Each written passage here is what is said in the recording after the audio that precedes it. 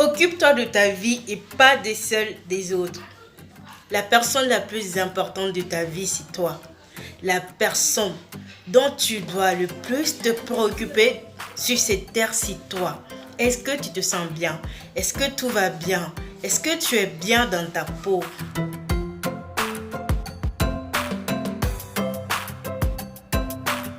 Parce que si tu ne te sens pas bien dans ton être, comment tu peux prétendre pouvoir t'occuper des autres?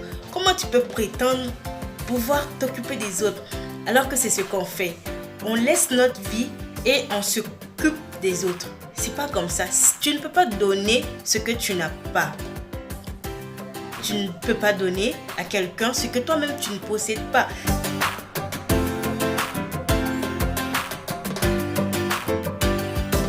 On est tous un tout petit peu curieux.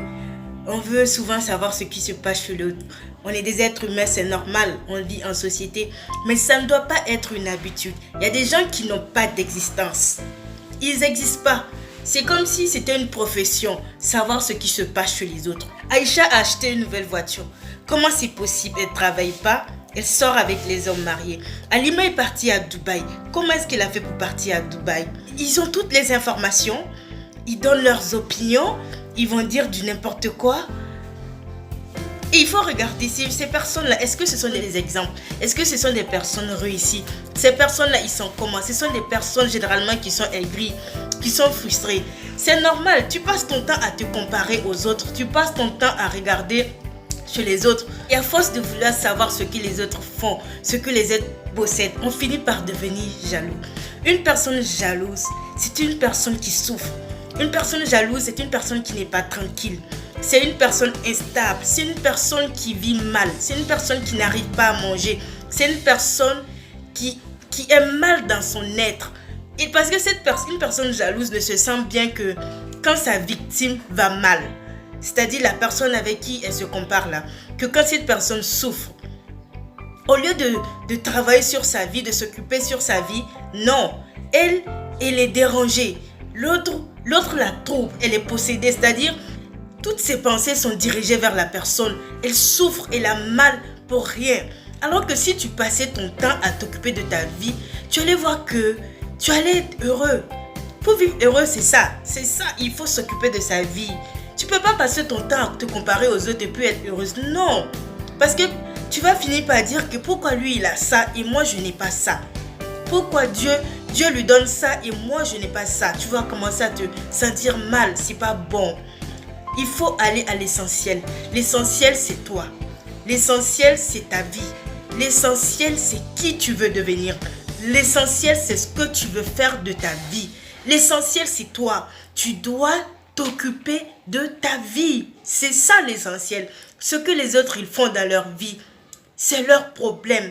C'est leur vie, c'est leur choix. Il y a des aspects de notre vie qui sont très importants. Il y a des aspects de notre vie qu'on peut confier à quelqu'un. Par exemple, notre destinée, ma destinée, ce que je veux devenir, ce que je dois devenir. Personne ne peut mieux m'amener à accomplir ma destinée que moi-même. C'est comme quelqu'un qui charbonne dur, qui crée son entreprise. Il ne pourra jamais employer quelqu'un qui aura l'entreprise à cœur comme lui. L'employé reste un employé, peu importe ce qu'il va faire, peu importe comment il va se donner dans l'entreprise, il reste l'employé. Il ne peut pas vouloir mieux que l'entreprise avance que celui qui a créé l'entreprise. Ta destinée, c'est ta destinée. Tu as la clé de ta destinée. Au lieu de t'occuper de la vie des autres, tu ferais mieux de t'occuper de ta destinée parce que s'occuper de sa destinée nous amènera automatiquement à aider les autres. Réaliser sa destinée, c'est de pouvoir investir et de collaborer avec les autres afin d'apporter une solution au problème de quelqu'un d'autre. Donc c'est quelque chose qu'on ne doit pas laisser entre les mains de quelqu'un. Non, c'est quelque chose qui incombe à toi-même. C'est-à-dire que c'est ton problème à toi. Il y a un deuxième aspect très important dont on ne peut laisser à la charge de quelqu'un. C'est ta vie spirituelle. Je ne parle pas ici de religion, je ne parle pas ici du fait de partir à l'église, de partir à la mosquée. Je ne parle pas de ça. Je parle de ta conscience personnelle. Je parle de ton intérieur. Partir à la mosquée, à l'église, ça c'est ce que nous on voit. Mais je crois que la spiritualité c'est au-delà de tout ça. Ta spiritualité c'est personnel. Ton état intérieur. Est-ce que tu es aligné? Est-ce que tu as la conscience tranquille personnellement? Est-ce que tout va bien? Je ne parle pas de religion. Ça c'est autre chose. Je parle de toi. Quand tu rentres te coucher le soir, est-ce que tu es aligné à ton intérieur? Parce que on peut aller à la mosquée, on peut aller à l'église, tout le monde voit qu'on va à la mosquée, tout le monde voit qu'on va à l'église. Oui, mais il y a au-delà de ça. Et ça c'est individuel, c'est personnel. Le troisième aspect, c'est la santé. Tu dois t'occuper de ta santé.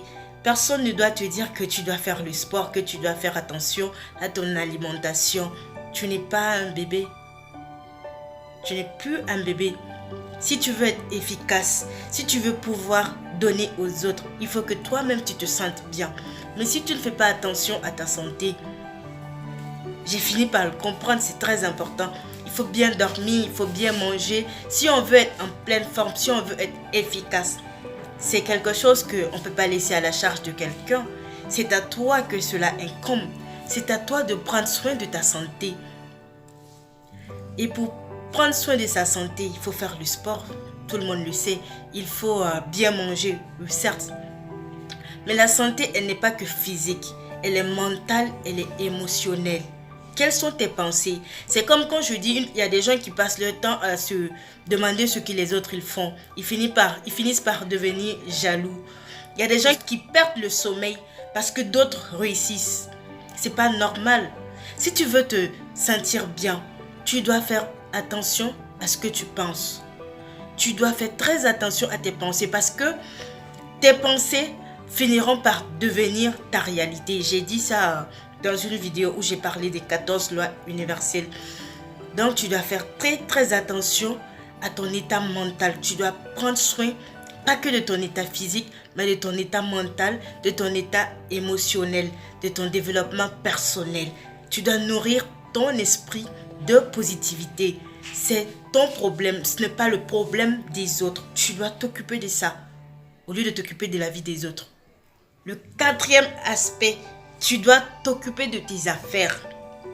Occupe-toi de tes affaires. Il n'y a que toi qui peux mener à bien tes affaires. Que ce soit tes projets, tes études, ta carrière, peu importe ce que tu veux faire. C'est à toi de t'occuper de tes affaires, que de tes affaires. Arrête de mettre ta bouche dans les affaires des autres. Arrête de donner ton opinion dans la vie des autres alors qu'on ne t'a même pas demandé. Occupe-toi de tes affaires, de tes propres affaires. Comme ça, tu seras plus efficace. Tu vas voir que tes affaires vont mieux avancer parce que tu es concentré sur ton affaire, sur tes affaires. Mais si tu es distrait, tu es éparpillé parce que ton esprit est dans les affaires des autres. Comment tu peux être efficace? Comment tu peux être productif? Tu dois t'occuper que de tes affaires. Ce qu'on ne te demande pas, ce n'est pas ton problème. Ce qui est ton problème à toi, ce sont tes affaires à toi. C'est ce qui est important. S'il y a une chose que j'ai fini par comprendre, c'est que si on veut vivre heureux, on ferait mieux de s'occuper de notre propre vie. S'occuper de sa vie, c'est la chose la plus importante qu'on puisse faire au quotidien.